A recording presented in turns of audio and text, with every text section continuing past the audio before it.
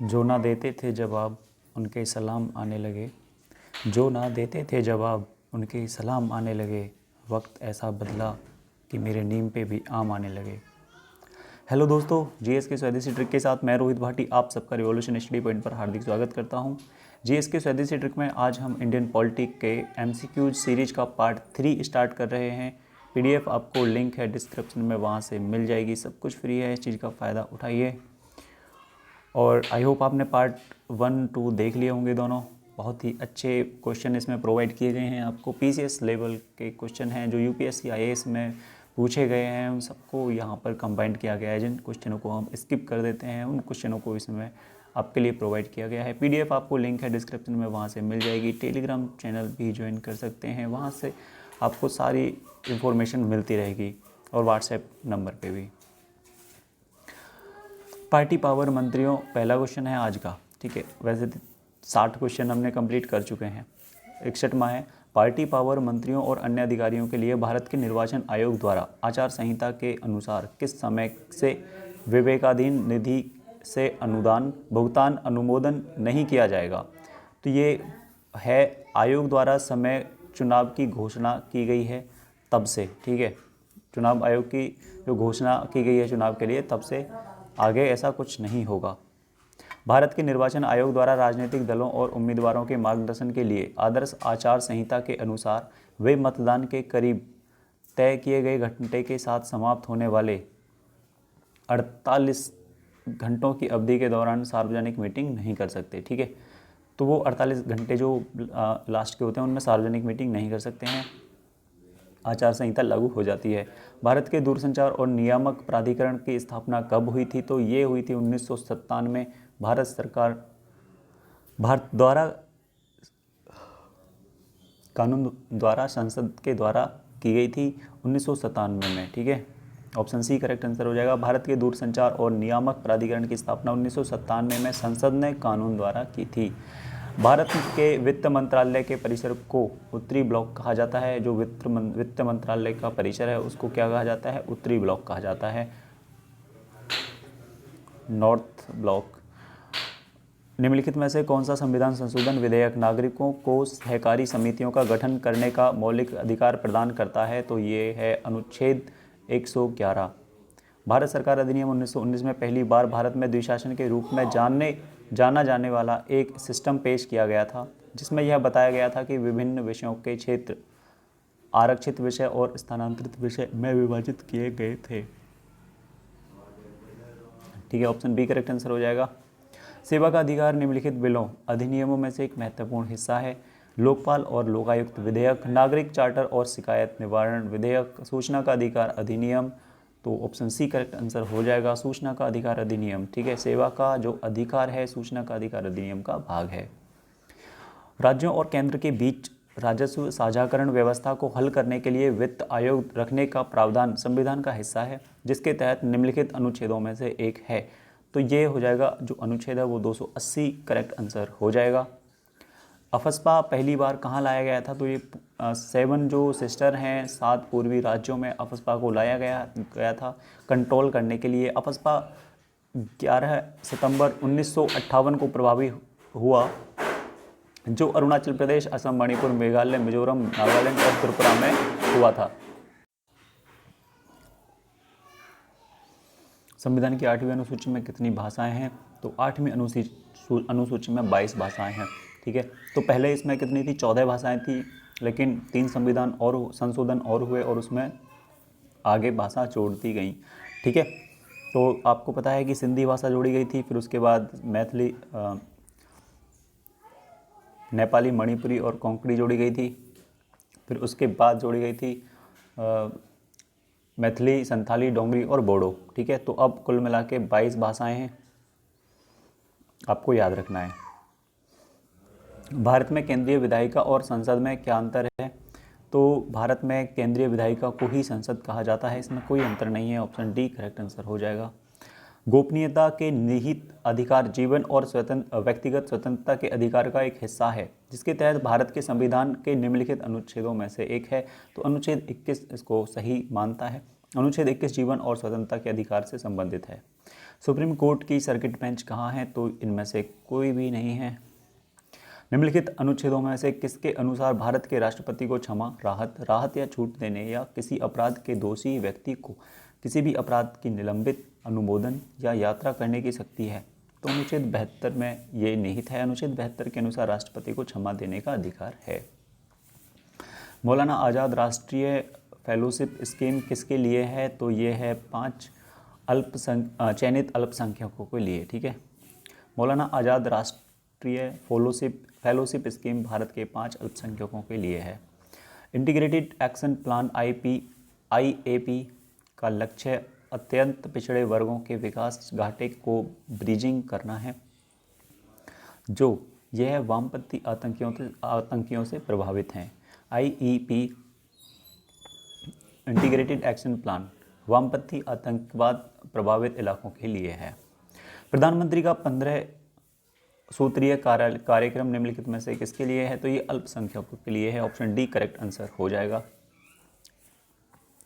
14 सितंबर 1949 देश के संविधान निर्माताओं ने हिंदी को संघ की आधिकारिक भाषा के रूप में चुना था। ठीक है, संघ की आधिकारिक भाषा के रूप में।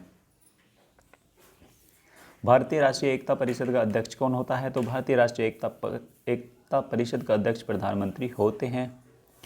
निम्नलिखित पर ध्यान देना है। भारत का संविधान संसद द्वारा कानून बंधुआ श्रम की समस्या को उपरोक्त में से किसके द्वारा संबोधित किया गया है? तो ये 1 और 2 दोनों के द्वारा भारतीय संविधान और संसद द्वारा कानून। ठीक है, अनुच्छेद 23 के तहत भारत का संविधान भीख और मजदूर श्रम के अन्य समाज रूप को प्रतिबंधित करता है। बंधुआ श्रम प्रणाली पूरे देश में कानून द्वारा समाप्त कर दी गई थी। WEF 25 अक्टूबर 1975 से बंधुआ श्रम प्रणाली अध्यादेश के तहत जिसे बांडेड लेबर सिस्टम उन्मूलन अधिनियम 1976 द्वारा प्रतिस्थापित किया गया था। तो इसमें ऑप्शन सी करेक्ट आंसर हो जाएगा। निम्नलिखित पर ध्यान देना है। प्रस्तावना, मौलिक अधिकार, मौलिक कर्तव्य, राज्य के नीति निर्देशक सिद्धांत, लैंगिक समानता का सिद्धांत इनमें से किसमें है? तो ऑप्शन डी करेक्ट आंसर हो जाएगा। प्रस्तावना, मौलिक अधिकार, मौलिक कर्तव्य, राज्य के नीति निर्देशक सिद्धांत सब में है।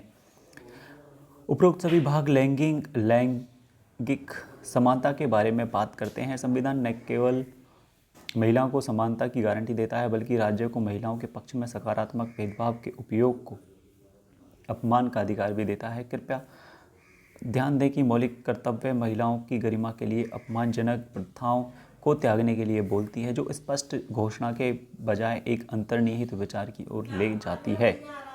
निम्नलिखित में से कौन सा कानून भारत की संसद द्वारा नहीं बनाया गया है? तो MCOCA जो कानून है ये भारतीय संसद द्वारा नहीं बनाया गया है। Maharashtra control of organisation crime act Maharashtra सरकार का अधिनियम है।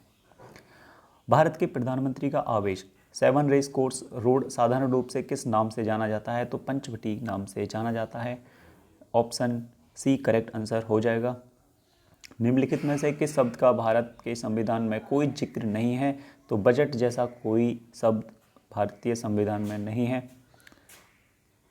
भारत में प्रशासन की बुनियाद क्षेत्रीय इकाई निम्नलिखित में से कौन सी है? तो ऑप्शन सी करेक्ट आंसर हो जाएगा यहाँ पर, ऑप्शन जिला। ठीक है, भारत में प्रशासन की जो बुनियादी क्षेत्रीय इकाई है, ये जो क्षेत्रीय यूनिट है वो जिला है। द पॉलिस ऑफ डेमोक्रेसी पुस्तक किसने लिखी है? तो ये लिखी है शंकर दयाल शर्मा ने। ठीक है, ऑप्शन डी करेक्ट आंसर हो जाएगा। द पॉलिस ऑफ डेमोक्रेसी पुस्तक शंकर दयाल शर्मा ने लिखी है। निम्नलिखित समितियों में से कौन सी 3 स्तरीय पंचायती राज प्रणालियों की सिफारिश करने के लिए जानी जाती है? तो ये है बलवंत राय मेहता समिति। 3 स्तरीय पंचायती राज प्रणाली की सिफारिश करने के लिए बलवंत राय मेहता समिति जानी जाती है, जिसमें जिला स्तर पर जिला परिषद, ब्लॉक, तहसील, तालुका स्तर पर पंचायत समिति और गांव स्तर पर ग्राम पंचायत समिति शामिल हैं। भारत में ABCD प्रदेशों की सूची में सबसे छोटा प्रदेश कौन सा था? तो बिलासपुर सबसे छोटा प्रदेश था। ऑप्शन सी करेक्ट आंसर हो जाएगा। निम्नलिखित पर ध्यान दीजिए। जीवन और स्वतंत्रता का अधिकार, धर्म की स्वतंत्रता का अधिकार, कानून के सम्मुख समानता, विचार और अभिव्यक्ति की स्वतंत्रता का अधिकार। ऑप्शन सी करेक्ट आंसर हो जाएगा। सारे के सारे सही हैं। ठीक है, इनमें से कौन से अधिकार विदेशियों को नहीं दिए गए हैं? तो कोई सा भी विदेशियों को नहीं दिया गया है। अनुच्छेद 15, 16, 19 के मौलिक अधिकार केवल भारतीयों के लिए हैं। इसलिए विचार और अभिव्यक्ति की स्वतंत्रता का अधिकार केवल भारतीयों के पास ही है। अभी तक भाषण और अभिव्यक्ति की स्वतंत्रता पर 8 प्रतिबंध हैं। ये देश की संप्रभुता और अखंडता के संबंध में हैं। ये 8 प्रतिबंध कौन से हैं? नंबर 1 है राज्य की सुरक्षा। नंबर 2 विदेशी राज्यों के साथ बड़े संबंध। नंबर 3 सार्वजनिक आदेश। नंबर 4 सभ्यता या नैतिकता। नंबर 5 न्यायालय की छूट। नंबर 6 मानहानि। नंबर 7 अपराध के लिए प्रोत्साहन। 8 है संप्रभुता और भारत की अखंडता। इन 8 प्रतिबंधों को संविधान में उनके वर्तमान रूप में पहले संशोधन विधेयक 1951 के तहत किया गया, जो रोमेश थापर बनाम मद्रास राज्य द्वारा तैयार किया गया था। हमारा क्वेश्चन है नेक्स्ट, जम्मू कश्मीर राज्य की विधान शक्तियाँ उन मामले के लिए विस्तार नहीं करती जिसके संबंध में संसद के पास भारत के संविधान के तहत राज्य के लिए कानून बनाने की शक्ति है। उपरोक्त प्रावधान निम्नलिखित में से किसमें हैं? तो ये जम्मू कश्मीर का स्पेशल संविधान हुआ करता था, तो उसके तहत हैं ये। ठीक है, अब तो हमारे मतलब कॉन्स्टिट्यूशन एक ही हो गया है, तो ये जम्मू कश्मीर की जो स्पेशल संविधान, वहाँ से ये क्वेश्चन लिया गया था। निम्नलिखित कर्तव्यों पर ध्यान देना है। उपक्रमों के प्रबंधों में श्रमिकों की भागीदारी के लिए कानून बनाना, अल्पसंख्यक की सुरक्षा, पर्यावरण की सुरक्षा, समान नागरिक संहिता। इनमें से कौन से राजनीतिक निर्देशक सिद्धांत में स्थित हैं? तो ये चारों के चारों जो DPSP में हमारे आते हैं नागरिक नीति निर्देशक सिद्धांत के तहत। संविधान सभा के सदस्यों को विभिन्न प्रांतों के विधान मंडलों द्वारा निर्वाचित किया गया था और रियासतों के शासकों द्वारा मनोनीत किया गया था। संविधान सभा के सदस्यों को सीधे क्यों नहीं चुना गया था? तो करेक्ट आंसर हो जाएगा, भारत के विभिन्न प्रांतों के बीच कैबिनेट मिशन के साथ असहमति थी और सीधे निर्वाचन क्षेत्रों द्वारा संविधान सभा का गठन संभव नहीं था, इसलिए ऐसा किया गया। जब 1940 के दशक में क्लेमेंट एटली के तहत लेबर पार्टी की सरकार सत्ता में आई तो ब्रिटेन की भारतीय नीति में बदलाव आया। क्लेमेंट एटली सरकार ने राज्य के भारत के लिए संविधान सभा के मामले को देखने के लिए कैबिनेट मिशन नियुक्त किया था। भारत के विभिन्न वर्गों के बीच कैबिनेट मिशन के साथ असहमति थी और यह प्राथमिक कारण था कि सीधे निर्वाचन क्षेत्रों द्वारा संविधान सभा का गठन संभव नहीं था। चूँकि जिन्ना और मुस्लिम लीग भारत के लिए 2 संविधान सभाएं और एक भविष्य पाकिस्तान के लिए चाहते थे, यह निर्णय लिया गया कि प्रांतीय असेंबली के नव निर्वाचित विधायकों द्वारा एक संवैधानिक सभा का गठन किया जाना है। इस प्रकार इस आधार पर प्रांतों को 3 क्षेत्रों में समूहीकृत किया गया था, जैसे कि मुख्य रूप से मुस्लिम और वे दोनों जहां संख्या में लगभग बराबर थे। भारत में वित्त आयोग के सदस्यों के रूप में नियुक्त होने के लिए योग्यता कौन निर्धारित करता है? तो ये कानून द्वारा संसद करती है। ठीक है, अनुच्छेद 280(2) संसद कानून द्वारा योग्यता निर्धारित कर सकती है जो आयोग के सदस्यों के रूप में नियुक्त के लिए आवश्यक होगी, जिस तरीके से उन्हें चुना जाएगा। उपरोक्त आलेख के संदर्भ में संसद ने वित्त आयोग अधिनियम 1951 को अधिनियमित किया था। भारत में राजनीतिक दलों की सही परिभाषा क्या है? तो सही परिभाषा है कि राजनीतिक दल का अर्थ है भारत के व्यक्तिगत, ऑप्शन डी पे जाइए, व्यक्तिगत नागरिकों का एक संघ या निकाय चुनाव आयोग के साथ लोकसभा अधिनियम 1951 की धारा 29(1) के प्रावधानों के तहत एक राजनीतिक दल के रूप में पंजीकृत है। ठीक है, जनप्रतिनिधित्व अधिनियम 1951 की धारा 29(a) का कहना है कि राजनीतिक दलों के रूप में संघों और निकायों के चुनाव आयोग के साथ पंजीकरण एक भारत के व्यक्तिगत नागरिकों का कोई भी संगठन या निकाय खुद को एक राजनीतिक दल कहता है और इस भाग के प्रावधानों का लाभ उठाने का इरादा रखता है। इस अधिनियम के प्रयोजनों के लिए राजनीतिक दल के रूप में पंजीकरण के लिए चुनाव आयोग को आवेदन देगा। 106 का संविधान संशोधन और 111वां संविधान संशोधन क्रमशः किससे संबोधित है? तो ये है ऑप्शन डी, सहकारी समिति। ठीक है, भारत में गार्जियन ऑफ पब्लिक पल्स किसे कहा जाता है? तो ये नियंत्रक और महान्यायवादी को कहा जाता है। ऑप्शन ए करेक्ट आंसर हो जाएगा। भारत के नियंत्रक और महान्यायवादी को गार्जियन ऑफ पब्लिक पल्स कहा जाता है। निम्नलिखित में से किसको देश के वित्त का संरक्षक माना जाता है? तो वित्त मंत्री को देश के वित्त का संरक्षक माना जाता है। भारत में किसी शहर का पहला नागरिक कौन है? तो भारत में किसी शहर का पहला नागरिक मेयर होता है वहाँ का। भारतीय राष्ट्रीय लोकतंत्र और चुनाव प्रबंधन संस्थान कहाँ है? तो ये नई दिल्ली में स्थित है। ऑप्शन ए करेक्ट आंसर हो जाएगा। नेहरू रिपोर्ट के अनुसार भारत की संसद की संरचना निम्नानुसार थी।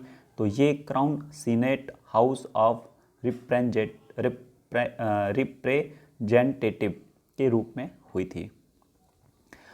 पीडीएफ के लिए वीडियो के डिस्क्रिप्शन पर जाएं या फिर टेलीग्राम ज्वाइन करें, वहाँ से आपको सारी इन्फॉर्मेशन मिल जाएगी। ठीक है, कोई चार्ज नहीं लिया गया है पीडीएफ का आपको, तो आप अच्छे से पीडीएफ डाउनलोड करिए, वीडियो देखिए और नोट्स बनाइए, आपको मज़ा आ जाएगा। ठीक है, तो दोस्तों आपको सेशन अच्छा लगा होगा और बहुत कुछ सीखने को भी मिला होगा। तो इसी आशा के साथ मिलते हैं नए सेशन में, नई ऊर्जा, उत्साह और एक नए अंदाज के साथ। तब तक के लिए आप भी हंसते रहिए, मुस्कुराते रहिए और शायरी भेजते रहिए। कम पढ़ने लगी हैं, ठीक है, आप ही के लिए है ये सब। ज़िंदगी में हंसो, बोलो, सब काम करो, ठीक है, लेकिन कुछ गलत मत करो और अपने आप को जिंदा रखो, हर पल को जियो, खुश रहो, मस्त रहो, मलंग रहो, खुशियाँ बांटो। ठीक है, मुझे दीजिए इजाज़त। जय हिंद, जय भारत, वंदे मातरम।